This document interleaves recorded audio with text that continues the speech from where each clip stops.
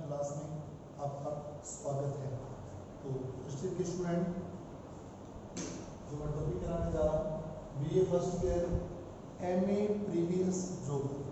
BA first year की first book का topic, इसको हम बुक का नाम फिजिकल ज्योग्राफी भौतिक भूगोल का फर्स्ट यूनिट से टॉपिक करवाने जा रहा हूँ पटल विरूपण, और एमए प्रीवियस का फर्स्ट पेपर का ये जो टॉपिक है इसे आज हम करेंगे। मैंने जैसे कि बोर्ड पे लिखा है एक वर्ड पटल विरूपण क्या है, तो यूनिट फर्स्ट का बहुत इंपॉर्टेंट क्वेश्चन, पटल विरूपण क्या है, ऐसा क्वेश्चन आपसे यूनिवर्सिटी पूछ सकती है। छोटा और बड़ा क्वेश्चन होगा बीए फर्स्ट ईयर से या एमए प्रीवियस से स्टूडेंट वो भी महाराजा गंगा सिंह यूनिवर्सिटी क्वेश्चन कैसे करिए एग्जाम में, हर साल फाइनल एग्जाम में क्वेश्चन कैसे आ रहा है। पटल विरूपण क्या है, इसका स्थल रूपों पर क्या प्रभाव पड़ता है, इसके स्थलन रूपों की व्याख्या कीजिए। यह क्वेश्चन आ सकता है। एक और स्टूडेंट वलन किसे कहते हैं, अथवा में भी से क्वेश्चन पटल विरूपण लिखा हो सकता है, या वलन किसे कहते हैं।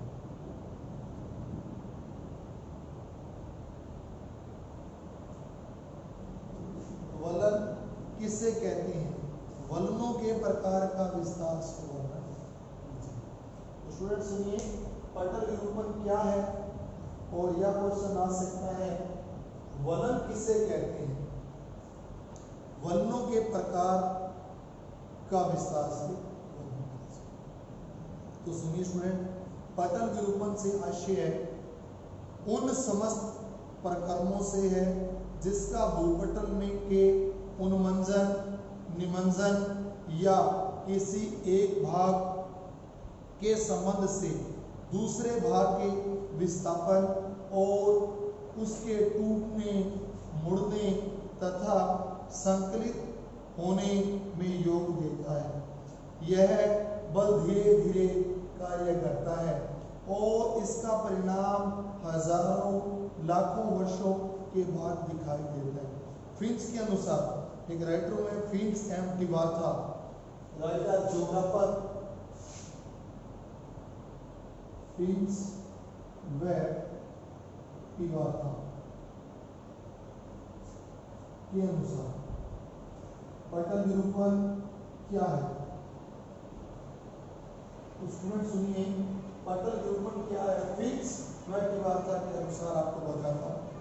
पटल विरूपण से आशय उन समस्त प्रकरणों से है, प्रोसेस से है, जिसका भूपटल से उन्मंजन, निमंजन या किसी एक भाग के संबंध से दूसरे भाग के विस्थापन और उसके टूटने, मुड़ने तथा संकलित होने में योग देता है।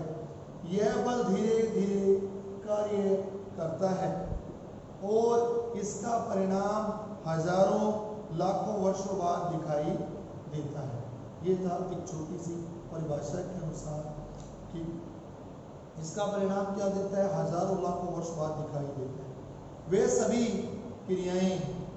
सभी क्रियाएं जिनसे भूपटल में विक्षोभ एवं स्थल भ्रंश सम्मिलित है तथा जिनसे भूपटल झुकता है, मुड़ता है तथा टूटता है और परिणाम स्वरूप धरातल पर विषमताएं उत्पन्न हो जाती हैं, पटल विरूपण कहलाता है।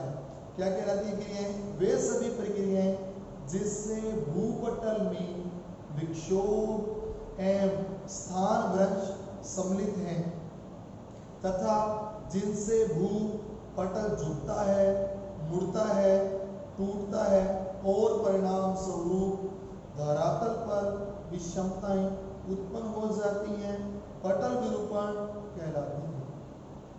पटल विरूपण के रूप, स्टूडेंट मेरा जो पॉइंट है अगला, पटल विरूपण के रूप, पटल विरूपण के रूप, पटल विरूपण के रूप।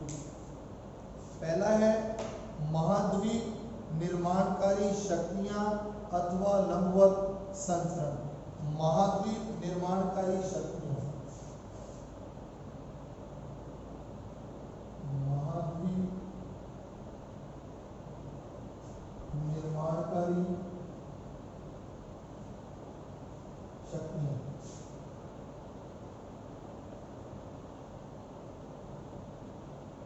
स्टूडेंट पहला, महाद्वीप निर्माणकारी शक्तियां अथवा लंबवत संचरण, अथवा लंबवत संचरण, लंबवत संचरण। स्टूडेंट महाद्वीपीय निर्माणकारी शक्तियां अथवा लंबवत संचरण की बात हो रही है। ये पटल विरूपण के रूप की बात कर रहा था मैं, जो लिखा है पटल विरूपण के रूप। तो पहला रूप महाद्वीपीय निर्माणकारी शक्तियां अथवा लंबवत संचरण। तो ग्रीक भाषा में एक शब्द है जो मैं लिख देता हूं, जिसका अर्थ होता है महाद्वीप।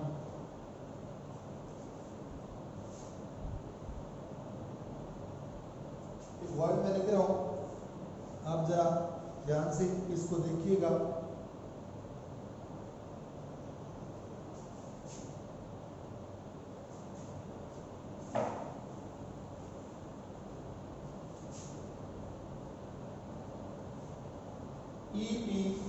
EPEIROS, EPEIROS शब्द का अर्थ होता है महाद्वीप। अतः जिन हलचलों से महाद्वीपों का निर्माण होता है उन्हें महाद्वीपीय निर्माणकारी हलचलें कहते हैं। फिर सुनिए स्टूडेंट, जिन हलचलों से महाद्वीपों का निर्माण होता है उन्हें महाद्वीप निर्माणकारी हलचलें कहते हैं। ये लंबवत दिशा में होती हैं, इसलिए इन्हें लंबवत संचरण भी कहते हैं। इसके प्रभावधीन भूपटल का कुछ भाग ऊपर उठ जाता है तथा कुछ नीचे धंस जाता है। महाद्वीपीय निर्माणकारी हलचलों के निम्नलिखित रूप हैं।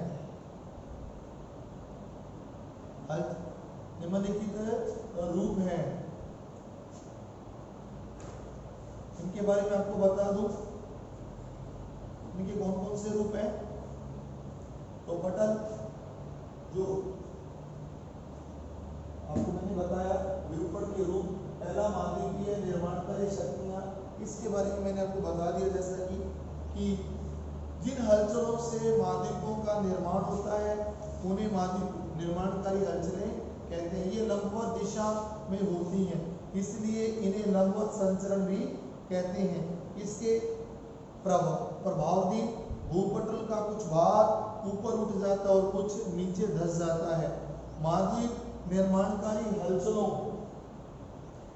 के निम्नलिखित रूप होते हैं। पहला ऊर्ध्वमुखी बल और दूसरा अधोमुखी बल। अब इसका दूसरा पार्ट है पटल विरूपण के रूप का। पहला मैंने आपको बता दिया। नंबर 2 पर्वत निर्माणकारी शक्तियां। नंबर 2 पर्वत निर्माणकारी शक्तियां।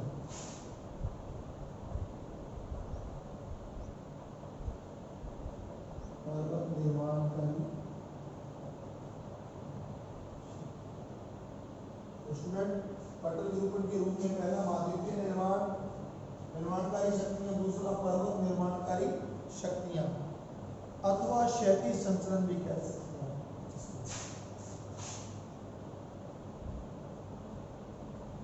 अथवा क्षैतिज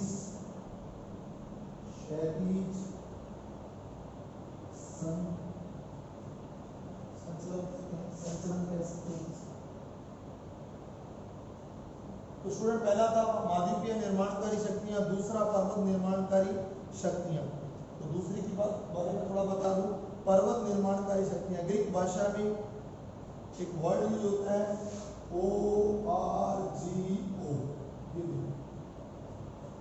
और वो में और गो का अर्थ पर्वत होता है, अतः इन्हें पर्वत निर्माणकारी हलचलें कहते हैं। ये क्षैतिज दिशा में होती हैं, इसलिए इन्हें क्षैतिज संचरण भी कहते हैं। ये दो प्रकार की होती है, एक संपीड़न जिससे चलन बढ़ते हैं तथा दूसरा होता है तनाव जिससे भ्रंश बढ़ते हैं। पहला होता है संपीड़न जिससे चलन बढ़ता है और दूसरा होता है तनाव जिससे भ्रंश होता है। तब हम बात करेंगे वलन की। क्या होता है? अब तक मैंने आपको बताया कि पटल विरूपण कैसे काम करता है। पटल विरूपण के दो रूप बता दिए, माध्यिका निर्माणकारी शक्तियां और दूसरा पर्वत निर्माणकारी शक्तियां। क्वेश्चन था मेरा, पटल विरूपण किसे कहते हैं, क्या पटल विरूपण क्या है, वो मैंने आपको बताया। क्वेश्चन वलन किसे कहते हैं, ये भी तो हो सकता है। तो स्टूडेंट पटल विरूपण क्या है, इसके बाद वो आपसे पूछ सकता है वलन के प्रकारों का वर्णन। अब आपको वलन के बारे में कुछ बता दूं, तो बात कर लेते हैं इसकी, तो वलन की। तो सुनिए स्टूडेंट, वलन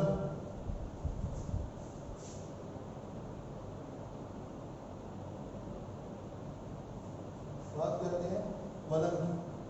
पृथ्वी के अंतर्जात क्षैतिज बल के कारण जब क्षैतिज संचरण होता है तो संपीड़न के कारण भूप्रपटी के कुछ भाग में वलन बढ़ जाते हैं और भूपटल का वलित भाग लहरों की भांति ऊपर नीचे मुड़ जाता है, जिससे ऊपर उठे भाग को अपनति तथा नीचे धसे भाग को अभिनति कहा जाता है। वलन के दोनों ओर के भागों को भुजाएं कहा जाता है। स्टूडेंट सुनिए, वलन फोल्ड्स कहते हैं इसको।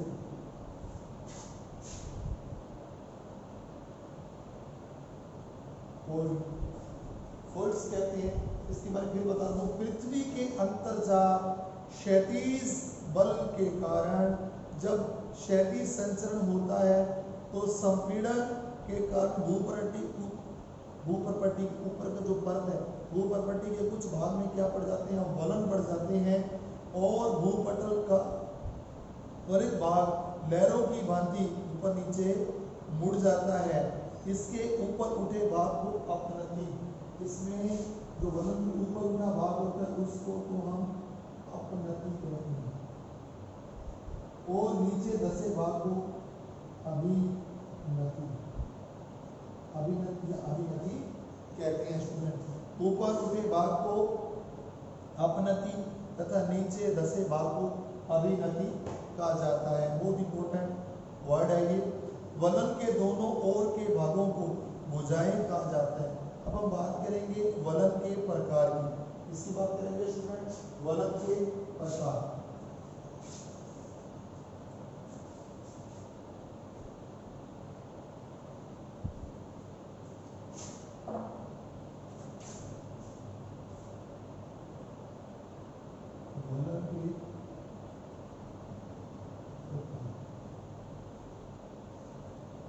नंबर 1, वलन कई प्रकार के हैं। हलचलों की तीव्रता, शक्ति तथा शैलों की संरचना के अनुसार कई प्रकार के वलन पड़ जाते हैं। इनमें मुख्य निम्नलिखित है। किसके कारण बेटा? वलन के प्रकार, हलचलों की तीव्रता, शक्ति तथा शैलों की संरचना के अनुसार कई प्रकार के वलन पड़ जाते हैं। इनमें मुख्य निम्नलिखित है। पहला है समित वलन। नंबर 1 है समित वलन। वलनों के प्रकार की बात कर रहा हूँ। पहले मैं वलन के प्रकार बताता हूँ। कई प्रकार के वलन है। किसके आधार पर? तीव्रता और शक्ति के आधार पर, शैलों की संरचना के अनुसार कई प्रकार के वलन है। पहला मैंने जैसा कि लिखा समित वलन, दूसरा असमित वलन, तीसरा एकनत वलन, चौथा है समनत वलन, पांचवा परिवलन, नंबर 6 है पंखाकार वलन, नंबर 7 है अधिक्षेपित वलन और नंबर 8 है ग्रीवा खंड। हम 1 बाय 1 इसका विस्तार से वर्णन करते हैं। तो पहले वलन का नाम मैंने लिख दिया समित वलन। ये किसको कहा जाता है, इसके बारे में आप सुनिए जरा स्टूडेंट। इस प्रकार के वलन खुले हुए इस प्रकार के वलन पाए जाते हैं जो खुले हुए तथा सीधे होते हैं। इनकी अक्षरेखा क्या होती है, खड़ी होती है और इनकी दोनों शाखाएं समान रूप से झुकी हुई होती है। अगला वलन है असमित वलन। नंबर 2 है स्टूडेंट असमित वलन। दूसरा वलन असमित वलन की बात करूंगा स्टूडेंट में, तो जरा ध्यान से सुनिए। इसमें एक शाखा लंबी, इसमें क्या होती है स्टूडेंट, एक शाखा तो क्या हो जाती है लंबी तथा क्रमशः ढाल की होती है। इसमें एक शाखा लंबी तथा क्रमशः ढाल की होती है तथा दूसरी शाखा छोटी किंतु तीव्र ढाल की होती है। इसके बाद वलन आ जाता है एक नत वलन। नंबर 3 एक नत वलन। एक नत वलन तीसरे प्रकार के वलन है एक नत वलन। तो स्टूडेंट ध्यान से सुनिएगा, इसमें असमित वलन की छोटी और तीव्र ढाल वाली शाखा बिल्कुल खड़ी होती है। यह वास्तविक वलन नहीं है क्योंकि इसका निर्माण पृथ्वी की लंबवत गति के द्वारा होता है, जिसमें एक दिशा में वलन ऊपर उठ जाता है और दूसरी दिशा में, इस दिशा में दूसरी दिशा की ओर तय नीचे दब जाती है। एक दिशा ऊपर उठ जाती है और दूसरी ओर में नीचे दब जाती है। यह यथास्थिति में रह जाती है। एक इसका एक किनारा जो क्या ऊपर उठ जाता है और दूसरी तरफ का जो किनारा है वह नीचे दब जाती है या यथास्थिति में रह जाती है। वह धीरे धीरे एक भ्रंश का रूप धारण कर लेती है। ये था जी एक नत वलन। अगला है समनत वलन। Number 4 student समनत वलन। अगला है समनत वलन।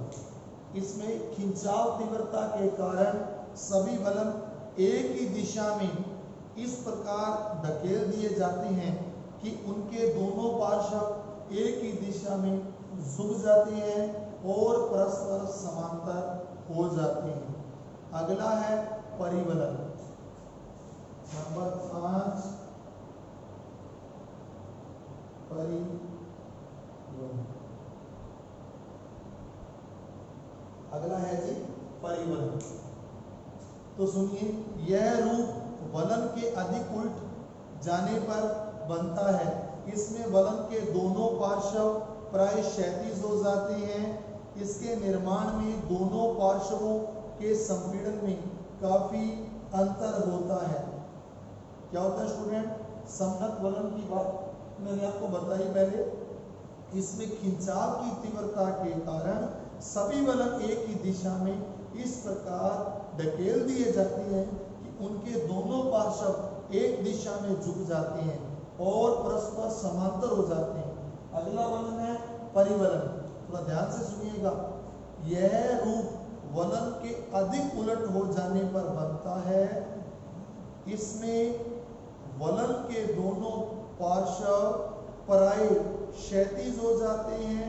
इसके निर्माण में दोनों पार्श्वों के संपीड़न में काफी अंतर होता है। अगला है स्टूडेंट पंखाकार वलन।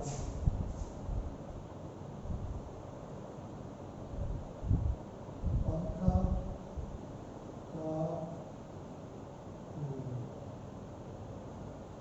नंबर 6 पे स्टूडेंट पंखाकार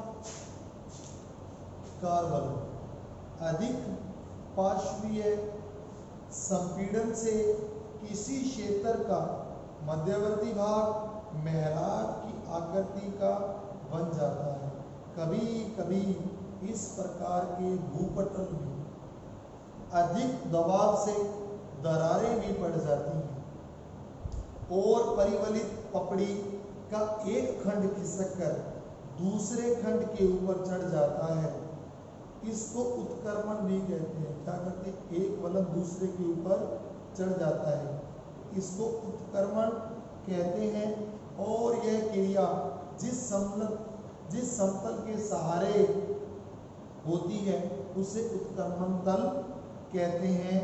वलन के ऊपर उठे भाग को अधिक्षेपित वलन परिवलन कहा जाता है। अगला मेरा वलन है, अगले प्रकार के जो वलन है अधिक्षेपित वलन।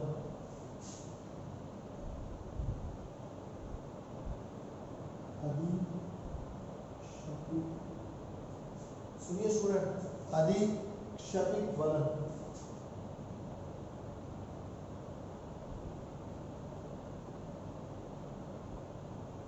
अधिक्षेपित वलन की बात कर रहे स्टूडेंट, सुनिएगा जरा।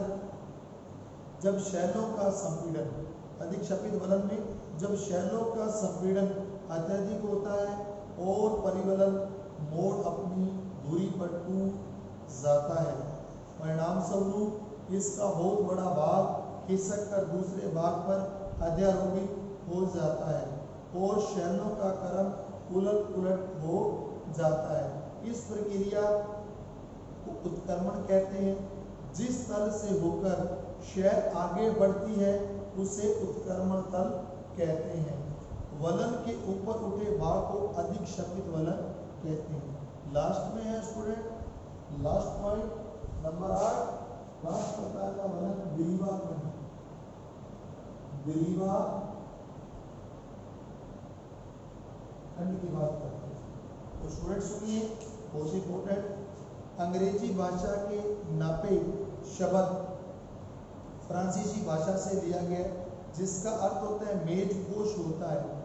जिस प्रकार मेजपोश अपनी मेज से भिन्न होता है, उसी प्रकार ग्रीवाखंड की शैलें अपनी निचली चट्टानों से क्या होती है स्टूडेंट, भिन्न होती हैं।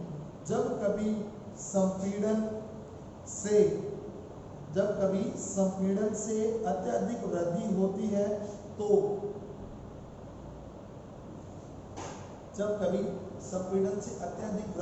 है तो परिवलित मोड़ का शिलाखंड एक समूह अपने मूल स्थान से दूर पहुंच जाता है। क्षैतिज संचलन तथा संपीड़न से अधिक देर तक जारी रहने पर वलन की टूटी हुई भुजा अपने स्थान से कई किलोमीटर दूर जाकर अन्य प्रकार की चट्टान पर चढ़ जाती है। इस प्रकार के वलन को विरीवा खंड कहते हैं। तो स्टूडेंट, ये थे 8 प्रकार के वलन, जैसा कि मैंने आपको बताया। समित वलन, असमित वलन, एकनत वलन, समनत वलन, परिवलन, पंखाकार, अधिक्षेपित वलन और अगला है विरीवा खंड। यूनिवर्सिटी तो क्वेश्चन करेगी पटल निरूपण क्या है और वलन के प्रकार बताइए। पटल निरूपण से आप क्या समझते हैं, ऐसा लिख के क्वेश्चन। पटल निरूपण क्या है, इसका स्थल रूपों पर क्या प्रभाव पड़ता है, इसके स्थल रूपों की व्याख्या कीजिए। या तो क्वेश्चन नहीं होगा, तो क्वेश्चन होगा वलन किसे कहते हैं। तो एक बार फिर बता दूं, थोड़ा सा रिपीट कर दूं। फिंच बेटी वार्ता के अनुसार वलन क्या है, तो सुनिए। एक फ्रांस ज्योग्राफर हैं फ्रिंच बेटी वार्ता, इनके अनुसार मैंने बताया आपको फिंच बेटी वार्ता, फिंच और दूसरा राइटर मैंने आपको बता दिया, क्या नाम बताया, टिवार्थ। इनके अनुसार पटल निरूपण क्या है, ये थोड़ा मैं आपको एक्सप्लेन करूँ। फिंच व टिवार्थ, तो सुनिएगा स्टूडेंट। फिंच व टिवार्थ ने पटल निरूपण के बारे में क्या कहा मैं बता चुका हूँ, लेकिन फिर भी थोड़ा मुश्किल क्वेश्चन है, थोड़ी इसकी लैंग्वेज थोड़ी टफ है, इसलिए मैं थोड़ा रिपीट कर रहा हूँ। पटल विरूपण से आशय उन समस्त परकर्मों का प्रोसेस जो लग रहे हैं प्रकृति के द्वारा परकर्मों से है, जिनका भूपटल के उन्मंजन, निमंजन या किसी एक भाग के संबंध से दूसरे भाग के विस्थापन और उसके टूटने, मुड़ने तथा संकलित होने में योग देता है। यह बल धीरे धीरे कार्य करता है और इसका परिणाम हजारों लाखों वर्षों बाद दिखाई देता है। ये कहता है कि जो प्रक्रम लगते हैं, जो शक्तियां लगती हैं, इनका जो परिणाम आता है वो हजारों लाखों वर्षों बाद आता है। और पटल विरूपण के दो रूप हैं। स्टूडेंट, पटल विरूपण के रूप बताए मैंने आपको। पटल विरूपण के ये मैंने आपको दो रूप बताए हैं स्टूडेंट। पटल विरूपण के दो रूप कौन से हैं? एक है महाद्वीपीय निर्माणकारी शक्तियां या लंबवत संचलन, जिन हलचलों से महाद्वीपों का निर्माण होता है तथा महाद्वीपीय निर्माणकारी हलचलें, इनको हम महाद्वीपीय निर्माणकारी हलचलें कहते हैं। हलचलों से महाद्वीपों का निर्माण होता है और महाद्वीप निर्माणकारी हलचलें कहते हैं। ये लंबवत दिशा में होती हैं, इसलिए इन्हें लंबवत संचरण भी कहते हैं। इसके प्रभावधीन भूपटल का कुछ भाग ऊपर उठ जाता है तथा कुछ नीचे धंस जाता है। महाद्वीपीय निर्माणकारी हलचलों के दो रूप हैं, ऊर्ध्व बल और दूसरा अधोमुखी बल। और जैसा कि मैंने आपको बताया, पटल विरूपण के दो रूप, पहला महाद्वीपीय निर्माणकारी शक्तियां, दूसरा है स्टूडेंट पर्वत निर्माणकारी शक्तियां। ग्रीक भाषा में ओर्गो का अर्थ पर्वत होता है, अतः इन्हें पर्वत निर्माणकारी हलचलें कहते हैं। ये क्षैतिज दिशा में होती है। पहले वाला जो मैंने बताया था महाद्वीप, वो क्या थी? वो लंबवत दिशा में थी, संचरण होता था। अब पर्वत निर्माणकारी जो शक्तियां हैं, इनका जो संचरण होता है वो स्टूडेंट क्या होता है? क्षैतिज दिशा में होता है, इसलिए इन्हें क्षैतिज संचरण भी कहते हैं। ये दो प्रकार के होते हैं, एक संपीड़न बल और दूसरा तनाव। इसमें क्या पड़ता है? ब्रश कहते हैं इसको। उसके बाद आ जाते हैं वलन, किसे कहते हैं?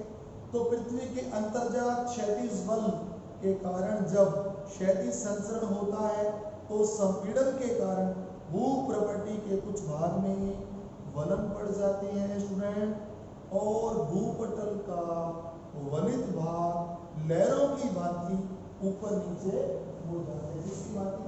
लहरों की भांति ऊपर नीचे मुड़ जाता है, इसे हम वलन कहते हैं। इसमें ऊपर उठे भाग को अपनति और नीचे धसे भाग को अभिनति कहा जाता है। वलन के दोनों ओर के भागों को भुजाएं कहते हैं। अब इसके बाद आ जाता है कि वलन के प्रकार, और इसमें बता दूं हलचलों की तीव्रता, शक्ति के कारण, शैलों की संरचना के अनुसार कई प्रकार के वलन पड़ जाते हैं। और कई प्रकार के वलनों में 8 प्रकार के वलन दिए हैं, जो मैंने व्हाइट बोर्ड पे लिख दिए हैं, आपके सामने हाईलाइट किया है। समित वलन, इसको हम कहते हैं, बहुत ही नॉर्मल इस प्रकार के वलन खुले तथा सीधे होते हैं। दूसरा है असमित वलन, इसमें एक शाखा लंबी तथा क्रमशः ढाल की होती है तथा दूसरी शाखा छोटी होती है।